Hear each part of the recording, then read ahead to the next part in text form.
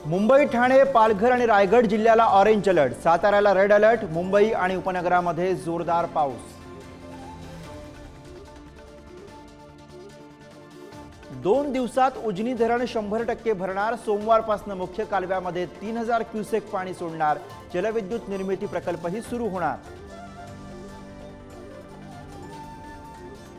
राज्यातील जलविद्युत प्रकल्प खासगी कंपन्यांना 25 वर्षांसाठी चालवायला देणार, नूतनीकरण आणि आधुनिकीकरणासाठी खासगी कंपन्यांकडून निविदा मागवण्याचा सरकारचा निर्णय।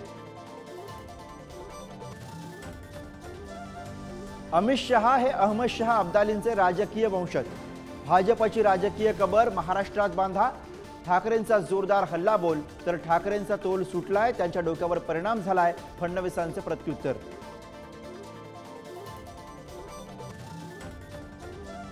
पंतप्रधान नरेंद्र मोदी जगातील नेत्यांमध्ये सर्वाधिक लोकप्रिय, 69% रेटिंगसह जो बायडन आणि स्टारमर यांनाही टाकलं मागे।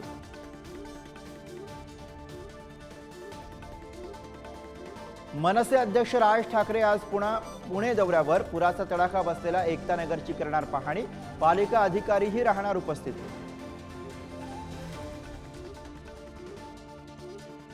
राज्यातील काँग्रेस नेत्यांची आज मुंबईत बैठक, विधानसभेची रणनीती ठरणार, काँग्रेसकडून जोरदार तयारी। शरद पवार आणि अजित पवार दोन्ही नेते आज बारामती दौऱ्यावर, विधानसभा निवडणुकीपूर्वीच्या दौऱ्याच्या टायमिंगची चर्चा।